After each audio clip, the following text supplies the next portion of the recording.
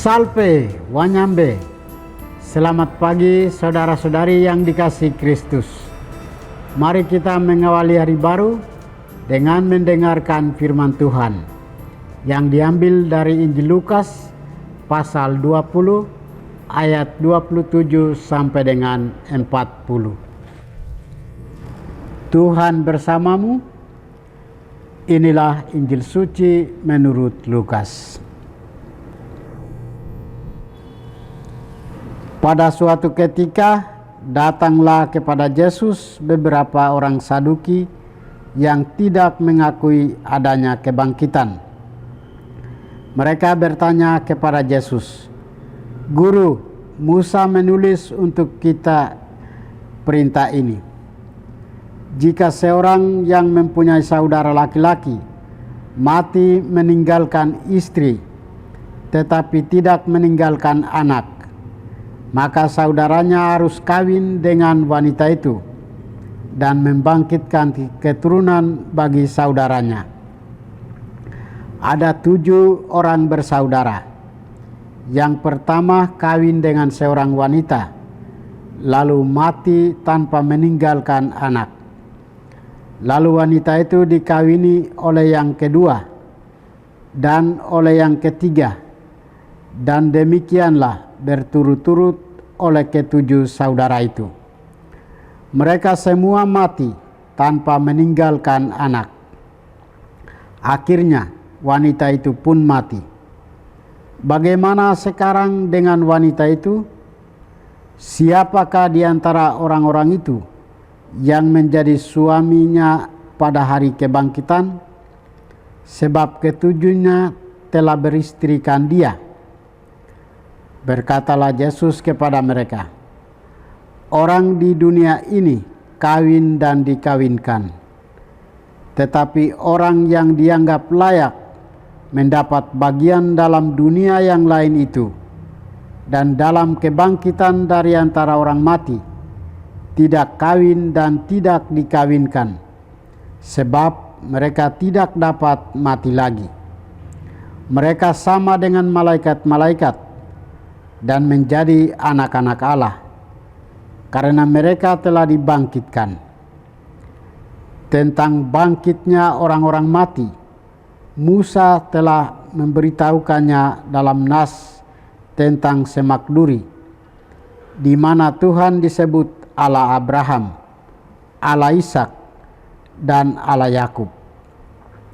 Ia bukanlah Allah orang mati, melainkan Allah orang hidup, karena di hadapan Dia semua orang hidup." Mendengar itu, beberapa ahli Taurat berkata, "Guru, jawabmu itu tepat sekali." Maka mereka tidak berani lagi menanyakan apa-apa kepada Yesus. Demikianlah sabda Tuhan. Saudara-saudari yang dikasihi Kristus, tema kita hari ini adalah kematian bukanlah akhir dari segalanya. Dalam bacaan Injil hari ini, Yesus berhadapan dengan orang-orang Saduki yang tidak percaya akan kebangkitan. Mereka berpikir bahwa kalau ada kebangkitan, kehidupan sesudah kematian itu sama persis dengan kehidupan sebelum kematian. Artinya, kalau orang mati, berarti jiwa maupun badan keduanya lenyap dan tidak ada kehidupan lagi. Logika atau cara berpikir itu mereka ungkapkan dengan mengangkat contoh tentang kasus perkawinan 7 saudara yang memperistrikan satu wanita, kemudian satu demi satu meninggal. Yang menjadi pertanyaan mereka, istri siapakah wanita itu bila kelak ada kebangkitan? Yesus menegaskan bahwa kematian orang beriman merupakan peralihan kehidupan. kehidupan yang fana dapat dipermuliakan dengan kebangkitan dari antara orang mati. Dan dengan kematian itu, ia akan melibatkan suatu tubuh yang dipermuliakan, yang takkan pernah mati. Sebab kehidupan sesudah kematian adalah kehidupan sebagai anak-anak Allah. Saudara-saudari yang terkasih, Tuhan Yesus mengajarkan kita sebagai pengikut Kristus untuk tidak memperdebatkan tentang kebangkitan, sebab kebangkitan itu sudah pasti ada. Yesus sendiri disebut sebagai yang sulung dari semua orang yang mengalami kebangkitan. Karena itu kita diajak untuk dekat dan bersatu dengan Allah. Tugas kita adalah berjuang mempersiapkan diri untuk memperoleh kebangkitan dari Tuhan. Kita taat pada kehendak-Nya, mendengarkan sabdanya dan merenungkannya, merefleksikannya dan menjalankannya. Di lain sisi, Yesus mengajak kita untuk tidak hanya berpikir tentang kehidupan sekarang, tetapi juga perkara kehidupan kekal. Kita sebagai orang beriman Kristiani, janganlah mengikuti daya berpikir orang-orang Saduki. Yesus sudah memberi harapan kepada kita bahwa hidup sesudah kematian akan mengalami kehidupan kekal dari Allah. Allah memberi kehidupan kekal bagi kita yang percaya kepadanya.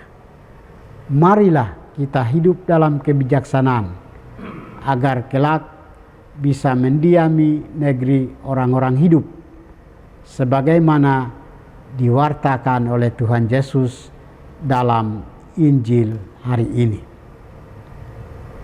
Tuhan memberkati kita. Marilah kita berdoa. Tuhan, pagi ini kami kembali naikkan puji dan syukur kepadamu. Terima kasih karena Engkau sudah menjaga kami saat kami tidur maupun bangun. Terima kasih untuk udara sejuk dan segar pagi ini.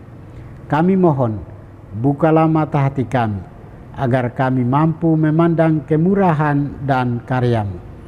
Rahmatilah kami dengan kuasa Roh-Mu, agar kami mampu untuk bertobat dan memuji memuliakan-Mu melalui pekerjaan dan pelayanan kami hari ini. Kristus terang dunia, berkatilah keluarga kami, jadikanlah kami alat kasih-Mu, dan pantaskanlah kami menjadi hamba-Mu yang setia. Demi Kristus Tuhan dan pengantara kami.